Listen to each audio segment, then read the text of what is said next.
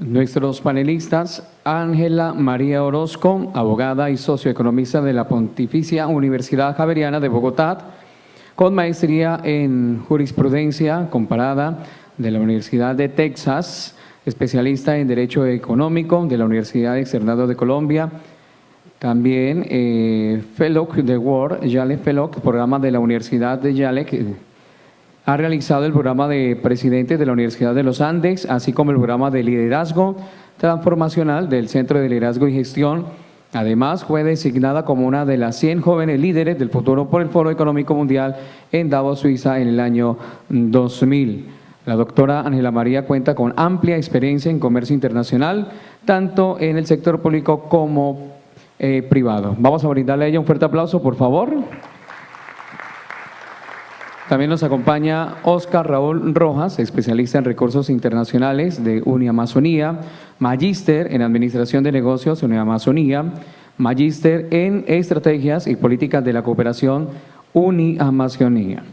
Para él, fuerte el aplauso, por favor.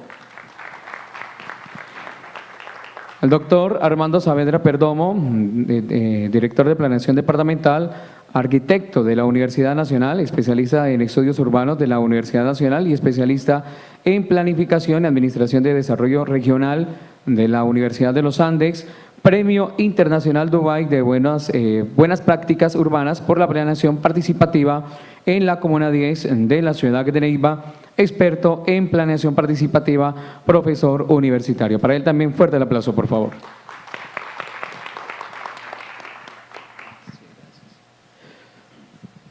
Bueno, continuando con la programación, vamos a iniciar este panel con tan distinguidos panelistas. Quisiera preguntarles, o tener una primera pregunta abierta a todos. ¿Cuáles consideran ustedes que son los retos de los negocios en América Latina? Esta región con un Producto Interno Bruto alrededor del 4.5 o 5%, pero también con grandes problemas, como mencionábamos ahora al inicio, grandes problemas de pobreza, inequidad, en la cual generalmente se menciona que es una región con muchos retos y con muchas oportunidades. ¿Cuáles consideran ustedes que son esos retos de los negocios en América Latina? Quisiéramos empezar con Ángela María. Bueno, en realidad yo creo que los retos en América Latina no son distintos de los retos en los países emergentes o en los países en desarrollo, no creo que sean muy distintos. Pero parten de una base fundamental y es de cómo resolver los retos sociales más grandes, cómo resolver los grandes problemas que tienen que ver con salud, con inequidad, con pobreza.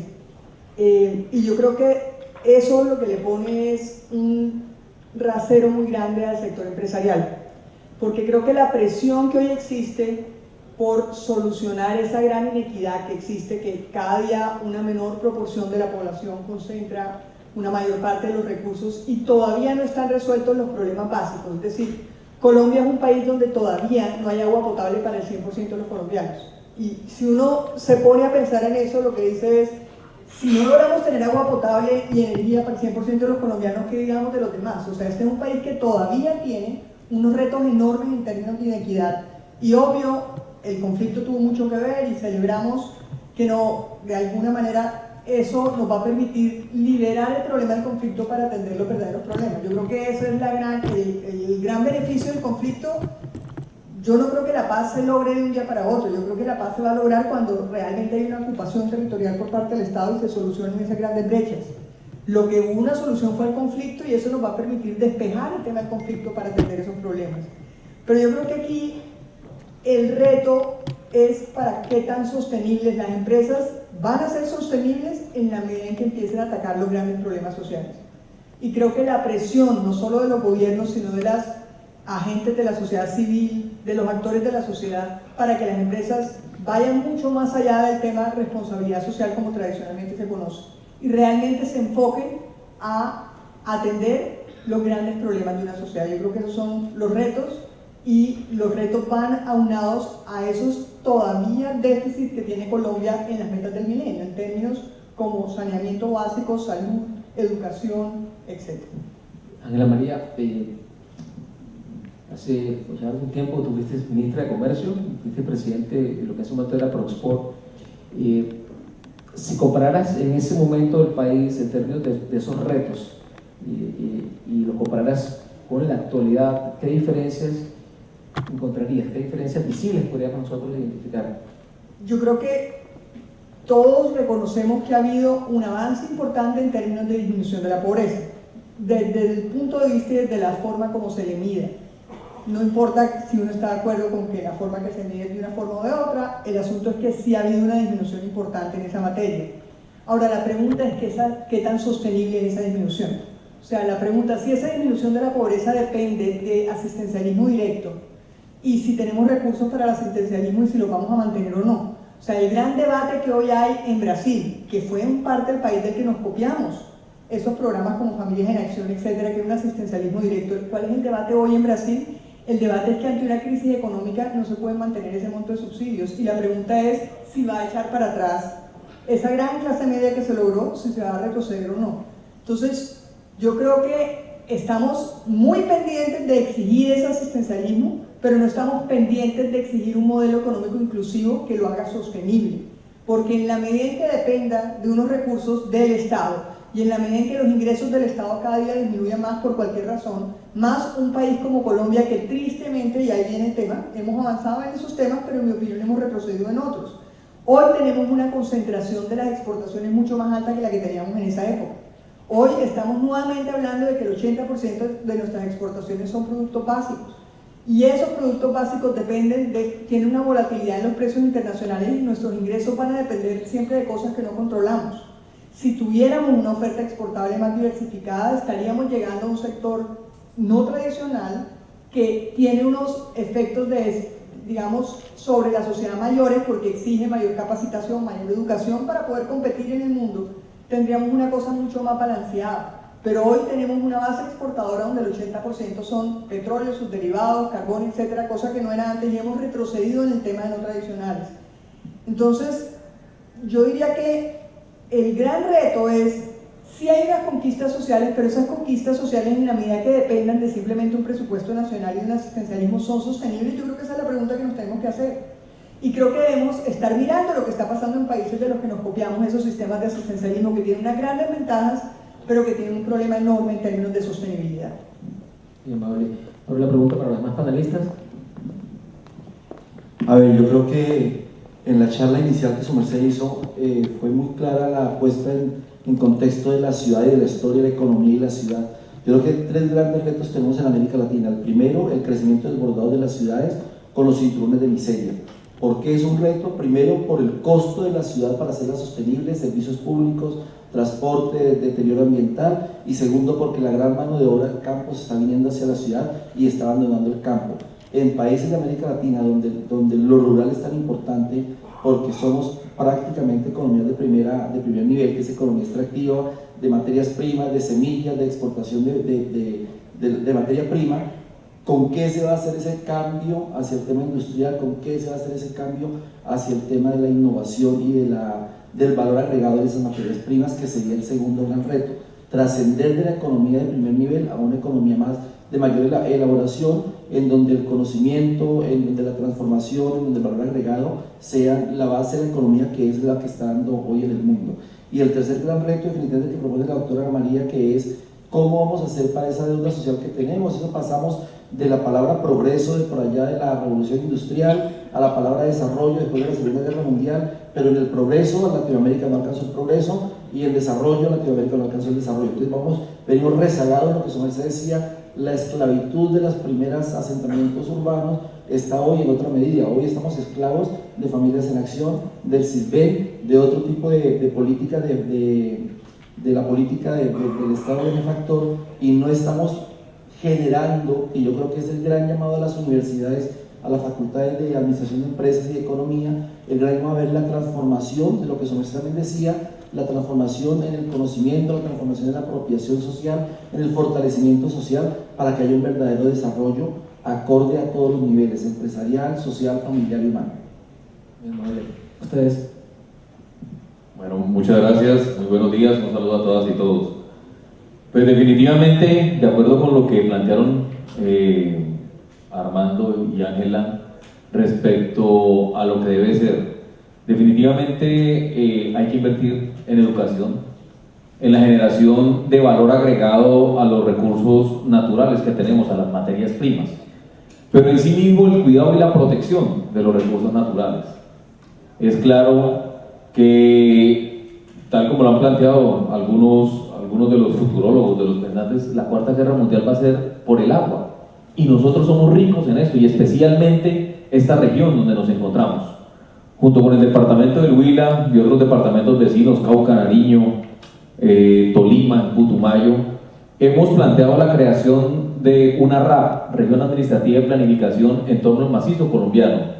Eso se hizo armando hace más o menos un año aquí en Neiva, y estamos trabajando fuertemente en eso. Adicionalmente, el departamento del Caquetá, en una reunión que tuvimos en febrero de este año, planteamos con Guainía, Guaviare, Baupés, Putumayo, Amazonas y Caquetá, y el departamento del Huila estuvo invitado allá, la creación de la RAP Amazonía, porque es que a nosotros nos vienen pensando desde afuera.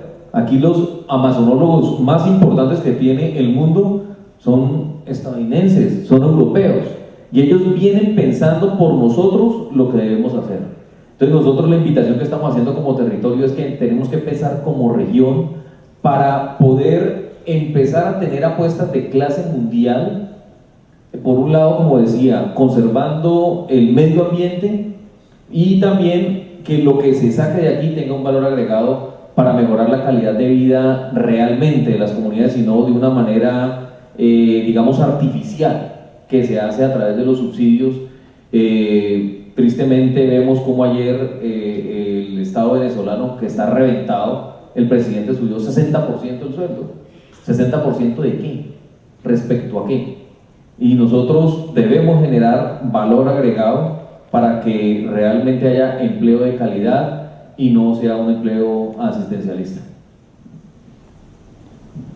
Bien, yo creo que, como lo anotaban mis antecesores, Latinoamérica es una de las regiones más desiguales del mundo, y la desigualdad está directamente relacionada con un sinnúmero de trampas que se han creado para poder superar la pobreza. Las Naciones Unidas, el programa de las Naciones Unidas ha hablado de las trampas y las brechas sociales que existen en nuestro país para poder superar la pobreza.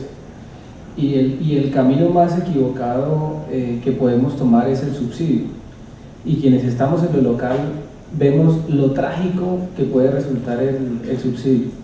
Yo tuve por ahí un pequeño debate con el vicepresidente sobre el tema de la vivienda, y le ponía el ejemplo de, en Neiva se hicieron 8.000 viviendas para supuestamente resolver el tema de vivienda, y resulta que las personas que recibieron la vivienda la tienen arrendada y se fueron a vivir al asentamiento porque allá no pagan servicios públicos, porque allá no tienen que pagar administración, porque en la casa que les entregaron tienen que pagar una administración porque tienen una propiedad horizontal. Entonces, en muchas ocasiones copiamos modelos, Estado benefactor, que sabemos todos que es un absoluto fracaso. Privatizamos lo que no tenemos que privatizar.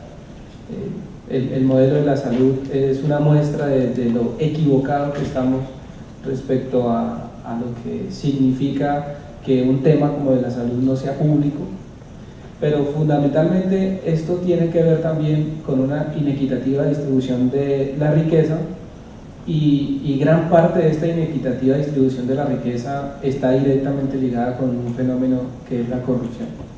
Yo creo que aquí todos somos testigos de lo que ha ocurrido en este país. El escándalo de Reficar muestra que con los recursos de Reficar hubiésemos hecho 6 canales de Panamá. Hubiéramos hecho 6 canales de Panamá con la plata, miles y miles de viviendas gratis, etcétera, etcétera. Entonces uno dice, aquí el tema no es, a veces cuando discutimos con los compañeros en el gobierno, aquí no es que no haya plata, sino que está muy mal distribuida y está en manos de personas indebidas. Y eso ocurre en los negocios. A mí me sorprende que la gente hable de manera cotidiana en el 10%. O sea, eso es normal, es connatural al contrato estatal que usted tenga que dejar el 10% para el gobierno de turno. Y ahí es donde comienza, porque además de ese 10%, él tiene que ganarse una plata de la obra. Entonces, otro 10, otro 20, otro 30%. Y entonces se encuentra usted, por ejemplo, el municipio de Neiva está endeudado por 70.000 millones de pesos. Hay un contrato de miles de millones de pesos supuestamente para la recuperación de la malla vial. Y usted anda por la ciudad y está llena de huecos. Y la malla vial está terrible.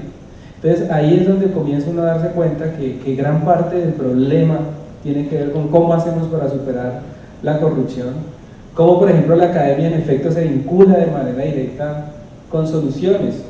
Aquí la administración pública desafortunadamente funciona por intuición, que al alcalde, al gobernador o al diputado o al concejal se le ocurrió que la solución para este tema es esta, sin ningún sustento científico, sin ninguna investigación de fondo, que es lo que uno esperaría que ocurriera con las universidades en la triada universidad, empresa, Estado, que sea en esa triada como ocurre en los países desarrollados, Canadá, Estados Unidos, en estos países en donde tienen claro que las decisiones públicas no pueden tomarse por intuición ni por populismo, sino como producto de un análisis científico del problema, y que a partir de allí pues la solución va a ser la que se tiene que dar. Y aquí pues ejemplos hay todos los que quieran, el estadio de fútbol de nuestra ciudad, como ustedes saben, en un absoluto colapso, personas que fueron elegidas para orientar una obra sin la más mínima formación académica, sin la más mínima experiencia, pero que sin embargo dirigieron una obra que colapsó y que tiene todos los problemas que conocemos, y uno puede seguir enlistando. Entonces muchas veces uno dice, el tema no es necesariamente un tema de carácter económico, sino de quién está manejando la economía, cómo se está haciendo un ejercicio de gobierno transparente, y en esa medida lograr que los recursos que han sido creados para solucionar los problemas, pues que cuando se inviertan en una economía relativamente precaria, pues se hagan en donde tienen que invertirse. Y le pongo un solo ejemplo. Ustedes saben que dentro de la lógica de las trampas de la pobreza, el informe de las Naciones Unidas lo que dice es que hay sobre quienes debemos hacer la principal inversión, y en este caso ponemos el ejemplo de los niños que están de 0 a 5 años. Lo que usted no haga con los niños de 0 a 5 años, pues básicamente se va a arrepentir toda la vida de no haberlo hecho, porque ese niño o esa niña requiere de una inversión social importantísima para poder no tener los problemas de salud, de desarrollo cognitivo que se conocen. Entonces ahí es donde comienzan a hacer los ejercicios de priorización, con los 23.000 o casi ya va para 60.000 millones de pesos que se le metieron al estadio de fútbol, que es además para un club privado, porque no lo utiliza sino un club privado. Hubiésemos podido hacer una revolución en torno al tema de la educación para niños, niñas y adolescentes, garantizándoles al 100% de los niños de esta ciudad el tema de la educación en primera infancia. Y en otra obra, por ejemplo, en ese tema estamos dependiendo de lo que el gobierno nacional mande a goticas, porque lo tiene que hacer a nivel nacional. Entonces miren ustedes cómo a veces no se toman las prioridades por donde deben tomarse, y entonces se generan esos retos que están directamente relacionados con la superación de lo que, en palabras del Programa de las Naciones Unidas para el Desarrollo, se denominan las trampas de la pobreza. Quisiera pedirle al señor de visual si nos puede traer otro micrófono para la dinámica acá. En ese sentido, cuando mencionabas esa triada universidad, empresa, Estado, queda la inquietud en cómo se genera esa cultura de innovación, tanto en lo público como en lo privado. Quisiera que abordáramos ese tema. Bueno, digamos, cuando uno mira el tema de innovación e impacto social, cuando se pone a estudiar el tema de cómo lo están estudiando a nivel empresarial, lo que se ve es que no se está trabajando en eso en las grandes empresas necesariamente porque un día les pareció. Se está trabajando en eso por una presión enorme de la sociedad. Hay una presión enorme de la sociedad por recuperar la confianza en el sector empresarial. enorme desde el 2008, precisamente por la crisis que tú mencionaste en tu presentación. El índice de confianza de la población en no solo en sus políticos, en sus empresarios y en las empresas, está en su nivel más bajo desde el 2008. Hay una presión enorme sobre el tema de escasez de recursos, cómo gestionar adecuadamente un mundo con recursos de Estado con una sobrepoblación y de alguna manera cómo atacas esa escasez de recursos a través de proyectos innovadores. Hay de alguna forma una gran necesidad de entender esas necesidades globales que no están siendo atendidas, y hoy hay universidades en el mundo, y ahí es donde de alguna manera creo que es el foco de ustedes al traer este tema acá, que están enfocadas solamente a apoyar a los emprendedores que son emprendedores sociales, de impacto social, que además se terminan haciendo millonarios vendiendo gadgets de $1 o vendiendo cosas en África. Es decir, cuando uno mira el caso de la telefonía celular en África y lo que representó para los empresarios que asumieron el riesgo de llegar y no saber si iban a ganar o no, pero fue tal el potencial de crecimiento y la masificación del crecimiento que se hicieron millonarios igual, pero vendiendo cosas muy económicas y muy baratas y asequibles a esa población. Yo diría que cuando uno mira todo eso, uno lo que dice es, el sector empresarial está entrando en un proceso de tener que atender esto, so pena de no tener un negocio sostenible en el mediano plazo.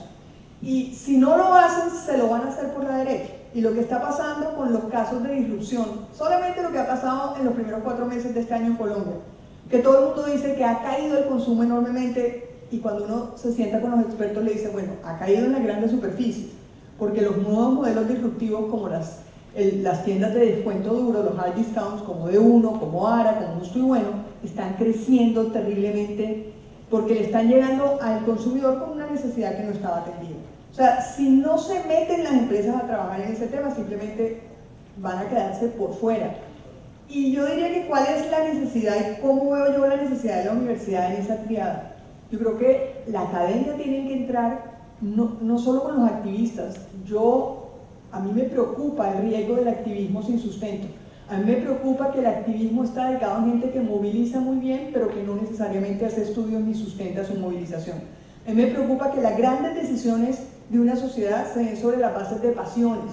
O sea, cuando uno entra solamente a las redes sociales, las pasiones que se mueven sin mucho sustento, sin mucho estudio, y ahí es donde la academia debería entrar. Y yo diría, la academia y el establecimiento tiene que aprender a ser más activista con sustento, porque de alguna forma parte de lo que sucede es que nos hemos quedado atrás, tanto la academia como los actores sociales tradicionales, en pensar que no tienen que ver cómo comunican lo que consideran con un sustento adecuado, porque hace falta ese sustento para poder medir cuáles van a ser las soluciones, como tú decías,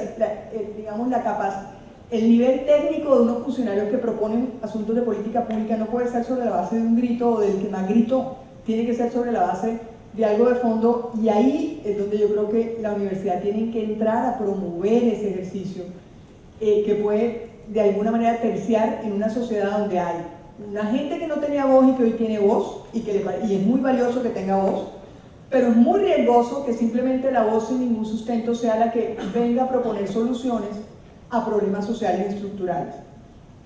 Yo diría que ahí las empresas tienen que entrar a trabajar también con la universidad y se tienen que entrar a reinventar. O sea, y yo creo que hay un reto mayor del ejercicio entre todos. Inclusive muchas de las preguntas de la cuarta revolución industrial lo que nos están dejando es cómo vamos a tener un desarrollo sostenible. El desempleo que va a generar, no sé, la robotización de los camioneros, por decir. El desempleo que están generando, digamos, múltiples actividades que también creo que es imposible impedirlas. Es decir, ¿cómo se sienta uno a decir vamos a prohibir eso? Perdónenme, a mí me parece que lo que está pasando con Uber en este país es una pena, es una vergüenza como sociedad. Porque pensar que uno solamente se niega al cambio en lugar de ver cómo lo reglamenta, me parece que es un error. Porque eso no lo puedes controlar. Es decir, siempre va a haber alguien que en sistemas va más adelante que el que trata de controlarlo. Si tú le puedes poner un policía a alguien acá, pero los sistemas y la tecnología van a llegar a que siempre te puedes volar al policía. Y más bien, ¿por qué no entras a dar un debate de cómo reglamentas, de cómo generas valor en esta sociedad con esas nuevas plataformas? Pero yo creo que eso ni siquiera uno sabe la respuesta, pero esos son los temas a debatir. Los temas a debatir es cuál es el tipo de educación que le tengo que dar a los niños de hoy para enfrentar esa sociedad futura donde vamos a tener una robotización. ¿Y cómo la vamos a impedir? ¿Cómo vamos a prohibir que los nuevos desarrollos lleguen? Yo no veo cómo. O sea, a mí me parece difícil y siempre lo que vamos a hacer con eso es fomentar más la ilegalidad y la informalidad. Y esta es una sociedad donde es más rentable ser ilegal y ser informal. Y entonces, ¿qué pasa? Que si tú no eres formal y no eres legal, no estás cotizando a salud, no estás cotizando a pensiones, no estás cotizando el fundamento del sistema de distribución social de alguna manera. Y yo creo que ese es uno de los grandes problemas. Hermano. A ver, ¿cómo se gestiona la innovación? Fue como el meollo de la pregunta. Yo creo que el papel más importante en este proceso lo tienen las universidades y los centros de educación. La innovación se debe gestionar desde los niños. Un niño que está aprendiendo todavía con tablero y tiza no va a ser innovador nunca. Máxime cuando en su bolsillo tiene y le prohíben sacar el celular o le prohíben sacar la tablet porque el profesor no sabe manejar la tablet, entonces lo mejor es guarde eso porque me está haciendo desorden. Ahí es donde está el quid del asunto. En días pasados estuve en otro evento en el que me preguntaban que cuál había sido el rol de la Universidad Surcolombiana específicamente. Yo les decía, en estos 4 o 5 años ha habido un cambio muy drástico y de muy buena calidad, y yo lo medía, porque yo soy arquitecto urbanista, o sea, yo de innovación así como que poco de tema industrial, pero con la ley de regalías en el 2012 yo era jefe de planeación, invitamos a todas las universidades que hacían presencia en el Huila para presentar proyectos de ciencia y tecnología y llegó 0 proyectos, 0, no habían, y la discusión en la Cámara de Comercio era las universidades diciendo: es que usted quiere que nosotros cambiemos el PEI, porque nuestro PEI es social, nosotros hacemos investigación social. Entonces les decía, pero es que Colciencias, para aprobar los proyectos, exigen que sea de ciencias aplicadas, de investigación aplicada, no temas sociales. ¿Por qué? Yo no sé, eso la ley está escrita. Ahora que volví a ser jefe de planeación, decidimos hacer una feria de proyectos de ciencia y tecnología para crear el banco de proyectos de ciencia y tecnología, y la gran sorpresa fue que se presentaron 125 proyectos, donde cada universidad lo mínimo que presentaron fueron 3, 4, 5 proyectos. O sea, ya se está dando el cambio, lento, pero se está dando. Ya los grupos de investigación están entendiendo que tienen que hacer investigación pertinente al desarrollo económico, al desarrollo de las apuestas productivas, claro, al desarrollo social, porque es que toda la economía y todo eso gira en torno al ser humano y al grupo social que lo habita. Entonces tiene que tener, pero tiene que haber un tema de innovación. Por otro lado, hay un proyecto que me parece muy bueno, que se lo estudian en todos lados, que lo maneja Colciencias, que es el proyecto Ondas. En el Huila nos ha dado excelentes dividendos. Jóvenes de 9º, de 10, de 8º año están yendo a Abu Dhabi a recibir premio por un proyecto de comedor bioclimático innovador en Villavieja, o en Gigante hay unos niños que inventaron la forma de coger el papel, meterlo en un líquido, le escurren la tinta, el papel lo reciclan y la tinta también. O sea, y son jóvenes, con sus profesores. O sea, ya estamos empezando. Desafortunadamente todavía muy lento para el resto de la economía global. Entonces, mientras nosotros estamos haciendo eso, los niños de Singapur tienen que ir, antes de terminar el bachillerato, tienen que ir 2 veces al exterior, porque el mundo es global y el mundo no es su país o su ciudad, ¿cierto? O en Corea están haciendo lo mismo, en la India están dominando el mundo con los sistemas ISO. Nosotros estamos empezando, vamos muy lento, pero yo creo que vamos por buen camino. Como parte de ese proceso de innovación, no podemos dejar a un lado lo que es la transformación productiva. Ustedes todos lo mencionaban sobre la necesidad de productos de valor agregado y que realmente sea una base sólida de crecimiento empresarial. Pero ¿cómo logramos que eso sea una realidad? Todos los días vemos en la prensa muchos informes y muchos artículos relacionados con transformación productiva, pero cuando uno también se reúne con los empresarios, siempre manifiestan que no hay condiciones para esa transformación productiva. ¿Cuál es su opinión en ese sentido? La palabra para usted. Mire, yo creo que en el caso específico del departamento de Huila, aquí se ha dado un ejemplo inmenso. Si hay algo que se ha hecho bien en el departamento de Huila y en un renglón de la economía en donde somos los mejores, en el café. Y yo creo que ahí se han aprendido muy bien la lección, combinando desarrollo científico con un producto. Se le han agregado valores a ese producto y hoy, puedo decirlo con mucho orgullo, porque estuve en el eje cafetero y ellos lo saben, aquí se produce el mejor café del mundo, en Huila. Café especiales. ¿Y por qué? Porque se metieron en el desarrollo tecnológico, porque entendieron, ese campesinito allá, muy alejado, a muchas horas de la ciudad, entendió que si lo hacen, pues va a recibir unos recursos importantes. Y yo creo que allí, digamos, en el café tenemos una lección aprendida. Lo mismo está ocurriendo en el caso nuestro con la piscicultura. La piscicultura está desarrollando, somos los mejores.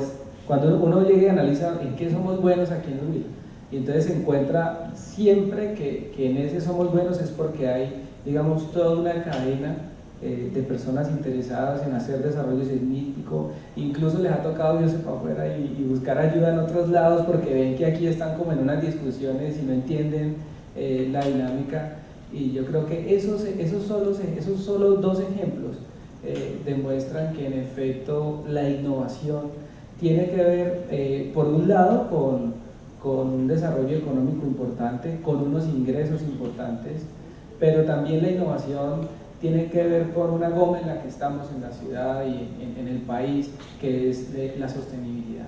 Y la sostenibilidad, nosotros aquí vamos a hacer un ejercicio ahora en San Pedro, que es un ejercicio de innovación social.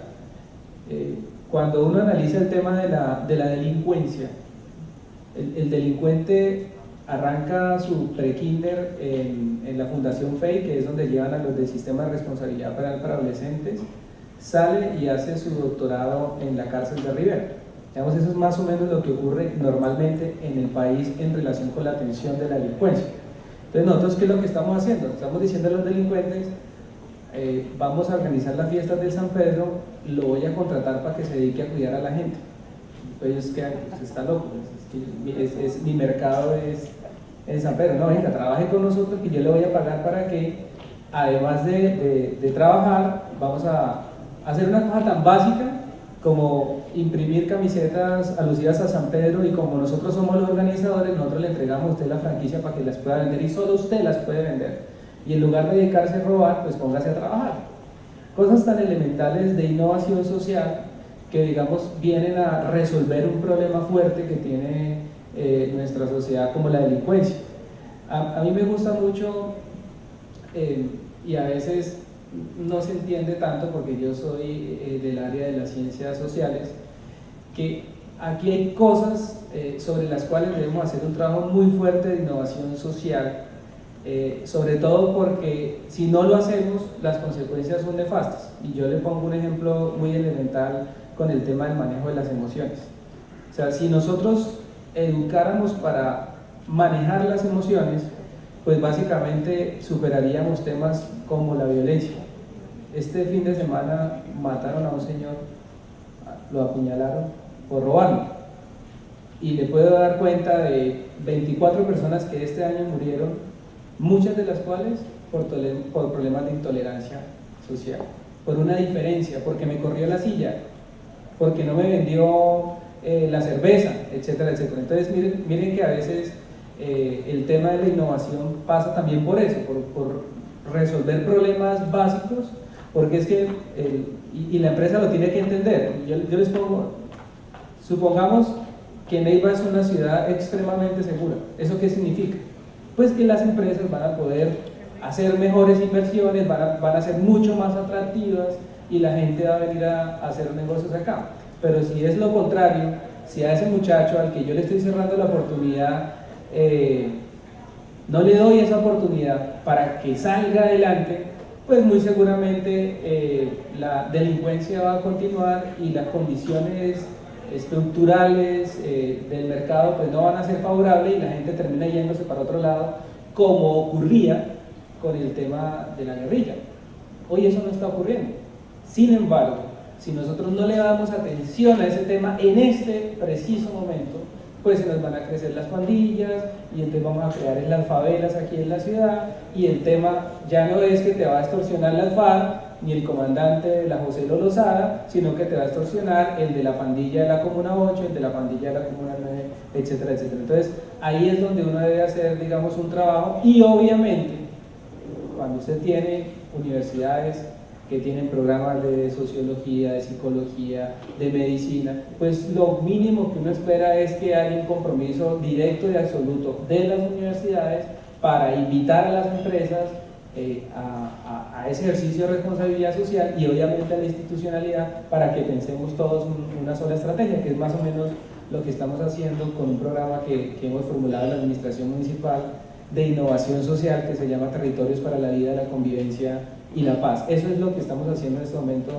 en la administración, vinculando a toda la institucionalidad para que comience a trabajar en la solución de ese tipo de problemas y, como quien dice, hacerle gavilla para que los recursos que se inviertan pues no se pierdan, porque lo que uno veía es, no, aquí le dicen, eso no se puede invertir en esa gente, ¿eso para qué?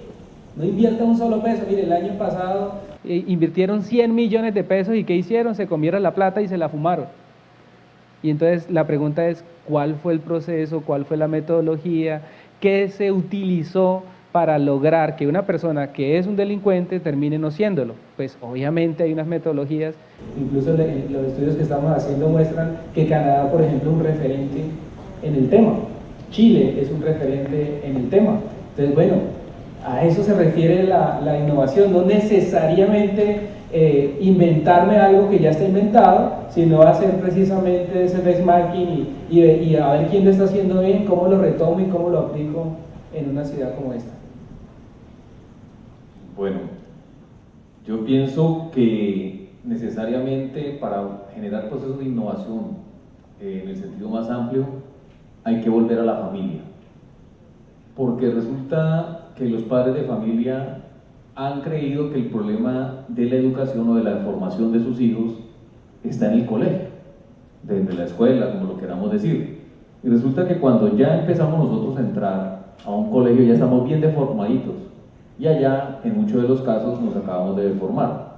Como lo decía el secretario hace un momento, muchos de los muchachos que han tenido pequeñas infracciones se perfeccionan es justamente en los centros de reclusión. Entonces nosotros debemos hacer una apuesta grande es por que los padres de familia empiecen a asumir realmente su papel. Cuando los que hemos tenido la posibilidad de estudiar, siempre los padres, pues yo diría que en el 99% de los casos que conozco, siempre nos dicen, estudie mi hijo para que sea un buen empleado, para que consiga un buen trabajo. A nosotros ninguno nos dicen estudie para que monte su empresa, para que monte un negocio y atienda a una sociedad en general las necesidades que tiene. Entonces desde allí empezamos nosotros a mentalizarnos de esa manera. En el gobierno nacional, aunque escasa la oferta, pero existen ofertas de importantes fondos como Impulsa, Innova, Colciencias, tal como lo manifestaba Armando hace un momento, donde muchas de las convocatorias se quedan desiertas porque no nos atrevemos a presentar propuestas innovadoras. Muchas de las convocatorias que ofrece permanentemente la APC Colombia, la Agencia Presidencial de Cooperación, a través del ICETEX, se quedan desiertas porque nos da miedo salir del marco del parque de mi pueblo. Porque en el caso del Caquetá, de donde soy yo, a la gente de los municipios el mundo se les acaba en Florencia, y a los que somos de Florencia el mundo se nos acaba en Bogotá, y después de ahí no hay nada. Y resulta que cuando tenemos la posibilidad de salir nos damos cuenta que el mundo es mucho más amplio, pero eso se debe en gran medida al parroquialismo como hemos sido criados nosotros. Los índices de intolerancia que hay son notorios. Ahorita está más que demostrado que con la firma del acuerdo del Teatro Colón,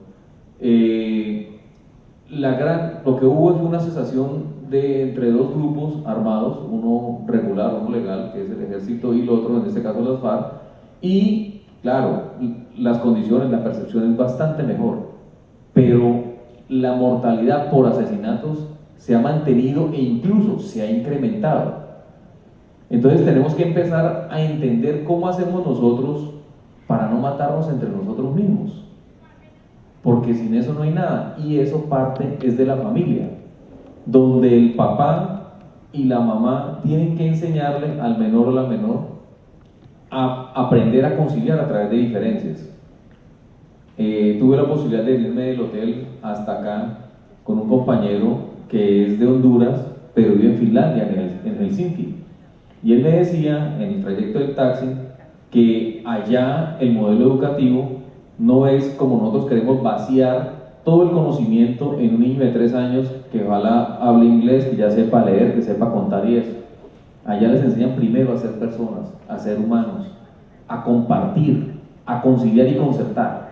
Ya el conocimiento después se va direccionando de acuerdo a una de las inteligencias que existen. Ustedes ya saben que ahorita ya sabemos que no hay solamente una inteligencia, sino que hay muchos tipos de inteligencia, y de acuerdo a esas capacidades y dones que tienen, pues se va direccionando la inteligencia.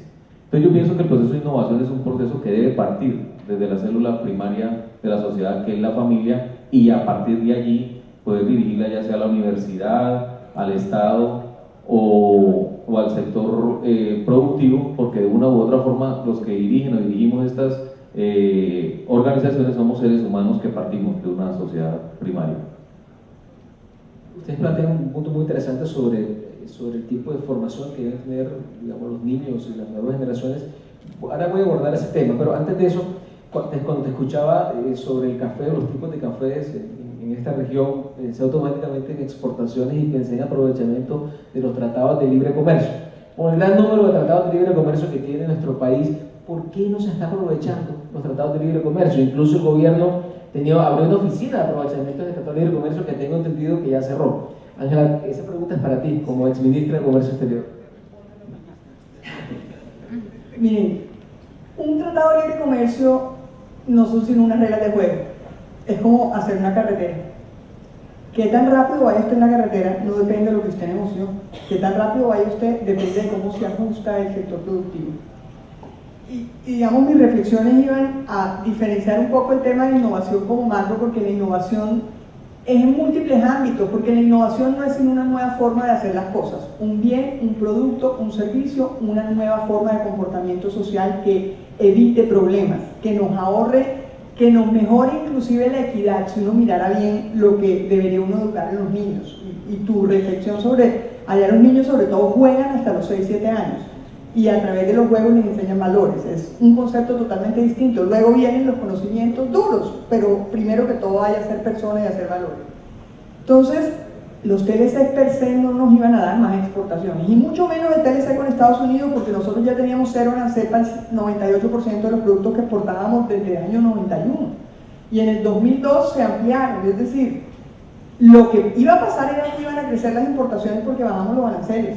Pero nosotros, si no cambiamos de alguna manera nuestra oferta exportable y no nos ajustábamos a las necesidades de los mercados, el cero arancel ya lo teníamos, no hay ningún cambio. Entonces las condiciones de acceso no iban a cambiar.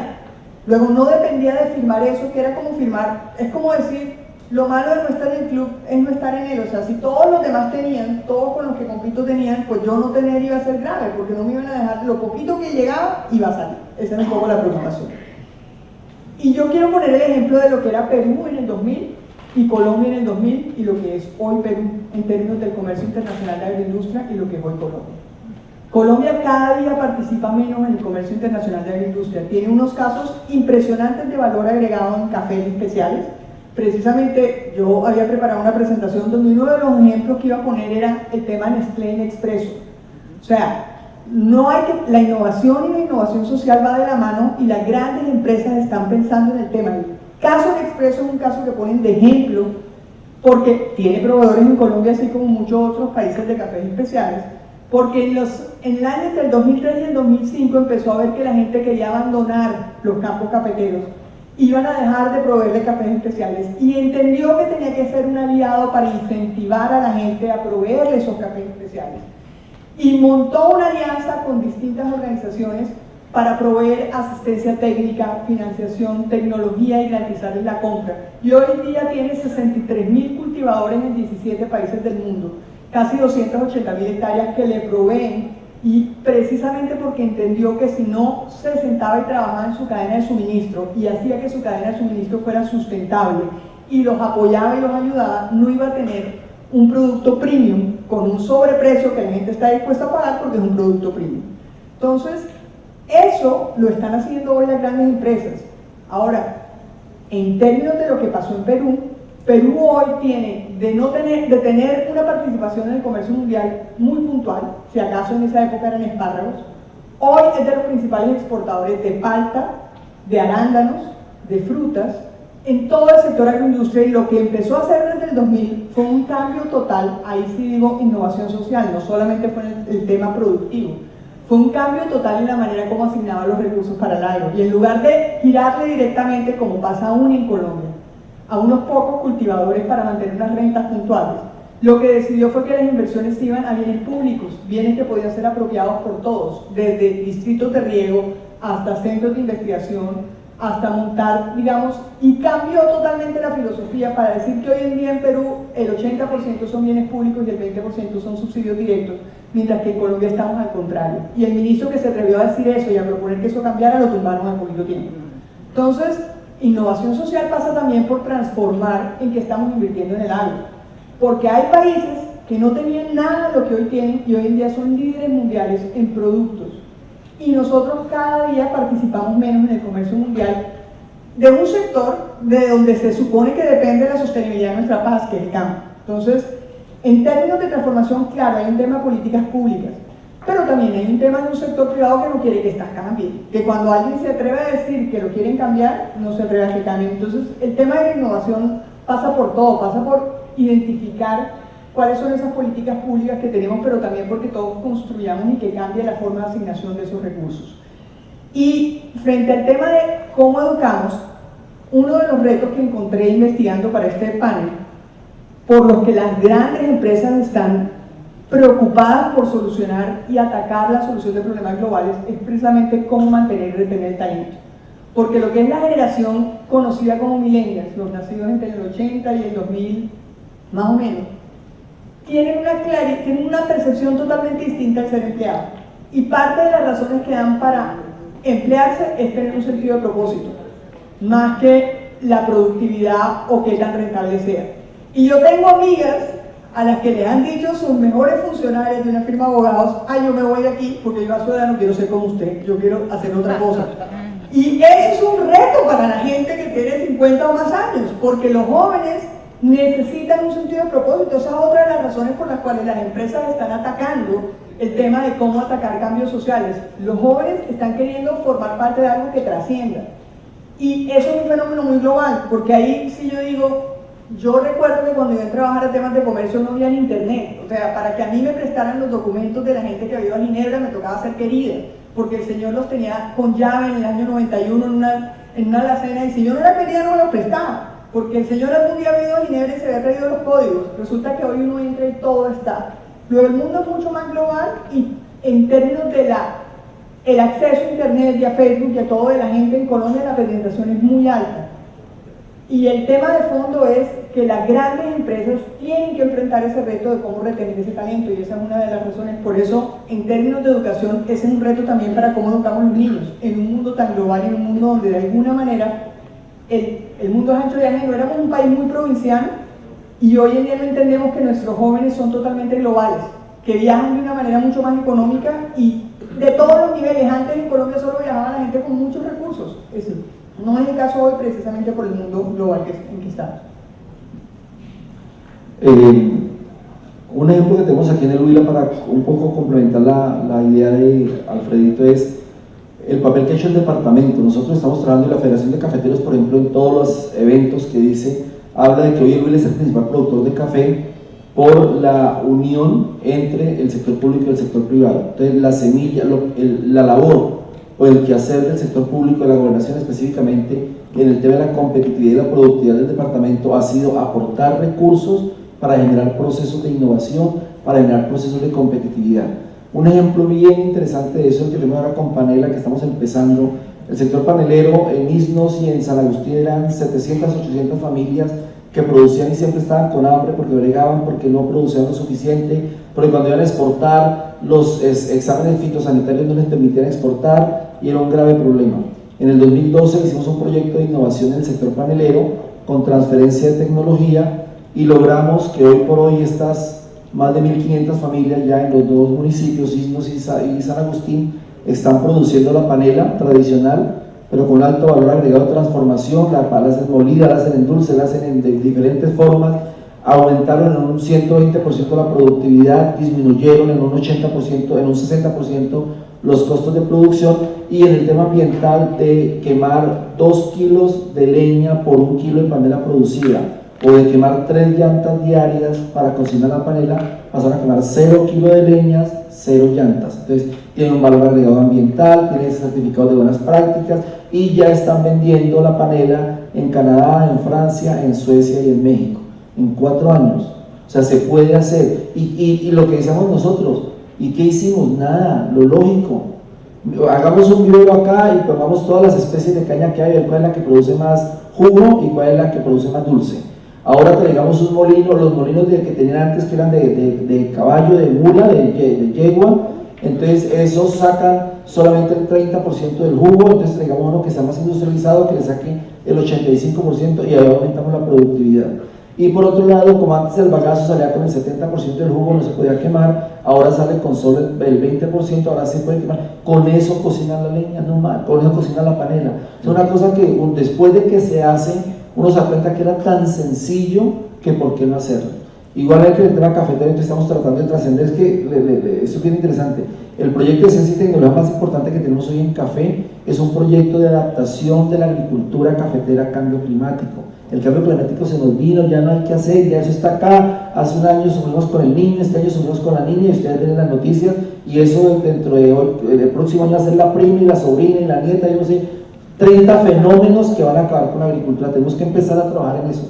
Ya estamos trabajando, ya estamos pensando en futuro. Y por otro lado, los centros de investigación en la universidad están buscando nuevos valores agregados a estos tipos de productos que estamos teniendo hoy. Muy interesante todo, es que nos da para otro panel, quedamos con muchos temas. Y ahí se nos está haciendo seña de que nos queda, tenemos sobregiro como de 5 minutos, ya nos pasamos, pero no quisiera finalizar el panel sin una última pregunta para todos. Las nuevas generaciones, todos los que estamos aquí, la gran mayoría de los que estamos acá, tenemos contacto permanente con las nuevas generaciones, principalmente por el tipo de actividad que nosotros desarrollamos.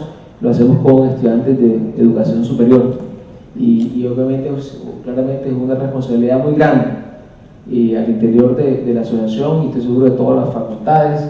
Hacemos grandes esfuerzos para esa formación de las nuevas generaciones. ¿Qué recomendaciones harían ustedes a esos nuevos ejecutivos, a esa nueva generación de empresarios del país? ¿Qué es una recomendación final? ¿Qué recomendaciones finales? Iniciamos por acá. Yo creo que yo soy docente también. Ahora estoy jugando a ser secretario de gobierno, pero mi corta vida la he desarrollado como docente. Y me acuerdo mucho un estudiante que me dijo: vea, yo he pasado por muchas clases y usted me dijo algo que no me va a olvidar.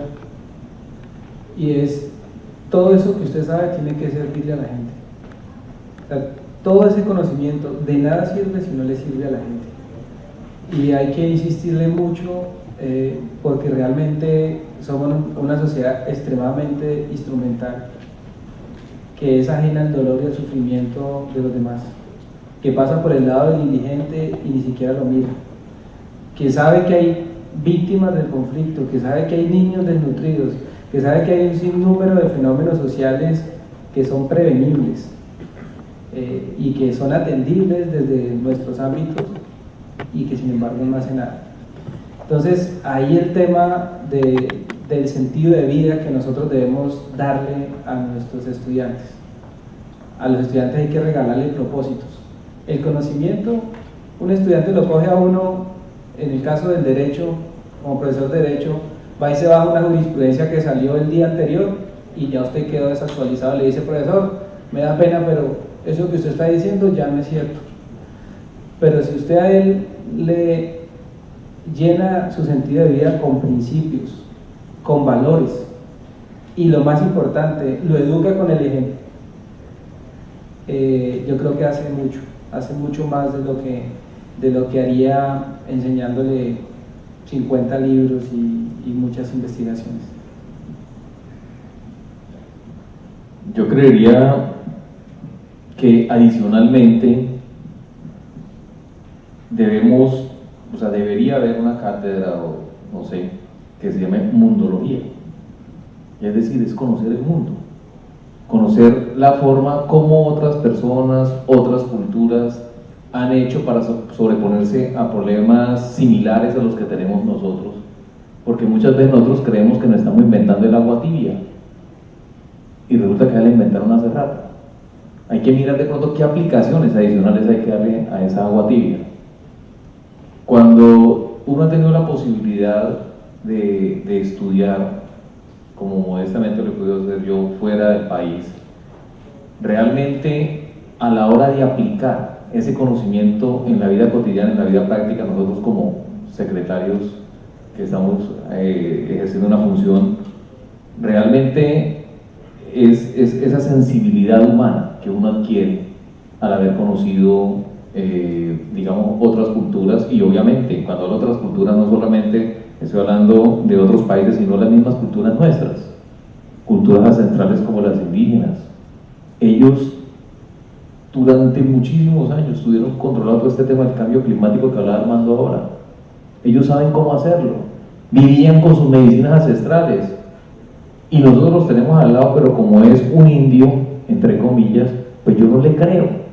Y resulta que tenemos mucho que aprender de las culturas indígenas, raizales, palenqueras, entre otros.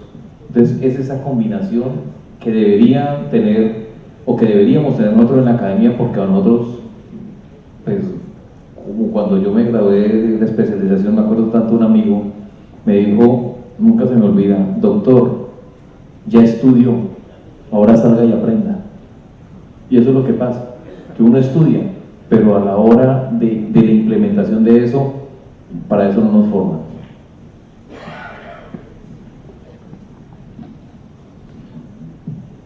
No, yo creo que no hay mucho más que decir, sino creo que hoy la gente en general tiene un sentido de propósito. ¿Yo qué le añadiría o qué le diría a las nuevas generaciones?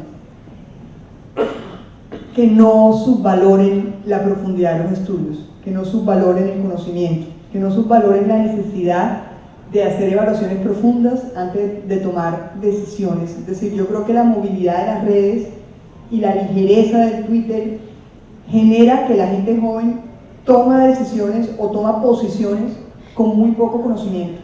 Y creo que no, si bien las redes son fundamentales porque le han dado voz al que no tenía voz, yo creo que eso es un valor enorme, yo creo que no podemos subvalorar el conocimiento. Creo que el tema de la posverdad y el tema del Brexit y todo lo que está pasando nos demuestran que no necesariamente vamos a un mejor mundo tomando decisiones así, de esa manera tan impulsiva y simplemente por el hígado del momento y no con el conocimiento. Yo diría que no hay que subvalorar el tema de la necesidad de hacer evaluaciones profundas.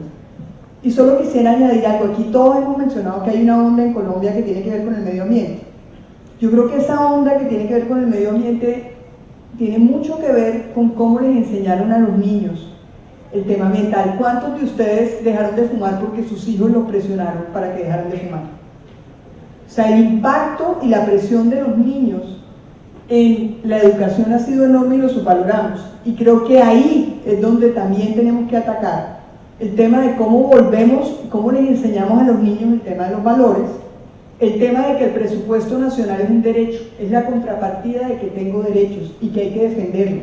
Y ahí atacamos la corrupción. Creo que aquí se nos ha olvidado educar a los niños en que el presupuesto nacional es intocable, porque es lo que garantiza que yo pueda ejercer mis derechos, es lo que garantiza que puedan dar una salud pública o que puedan dar una educación pública básica.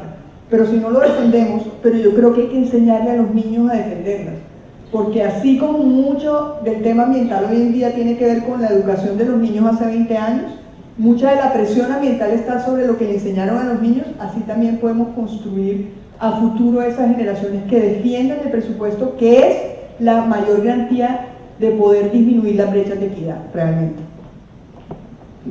Bueno, a ver, yo tengo tres frases: mismidad, otredad y construcción colectiva del mundo. Son, creo que reúnen todo lo que estamos diciendo acá. Mismidad es aprender a conocer a mí mismo, aprender a mis valores, sentirme orgulloso de lo que soy y de dónde vengo, conocer de dónde vengo, conocer las potencialidades de mi territorio y de mi espacio vital para poder proyectarme. Otredad es respeto por el otro, lo que decía hace un momento Alfredo, aprender a manejar mis emociones y aprender a manejar, a saber hasta dónde van mis emociones que no agredan al otro. Y a partir de ahí, a partir de relacionarnos con el otro, construir un mundo en consonancia con las necesidades y los deseos que tenemos las dos personas o la sociedad con la que estamos. Nosotros debemos, a mí no me gusta tanto el tema del Face, del WhatsApp, del Twitter, toda esa vaina, porque eso yo creo que, no sé, me atrevo, pero por ahí el 80-90% de todo lo que sale por ahí es basura, y muchísima gente toma decisiones con base en esa basura, y por eso hoy estamos en manos del coreano y del gringo, por la rabia que manejan los medios. Entonces estamos que nos matamos. Trump por un lado y el otro señor coreano por el otro, amenazando, si Japón ahí, bueno, ahí estamos haciendo las escaramuzas, y todo es por la rabia que permite que manejemos los medios, por lo que dijo Alfredo, de que no aprendemos a manejar nuestras emociones. Bueno, muchísimas gracias a los panelistas, gracias por su participación muy valiosa, y todos los aspectos mencionados van a ser de gran apoyo para todos. Muchas gracias.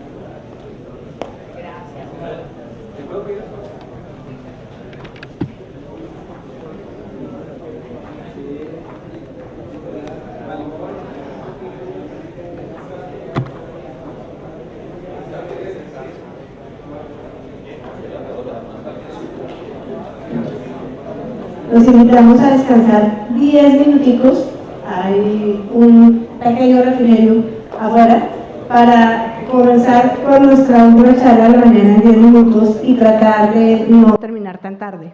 Muchas gracias.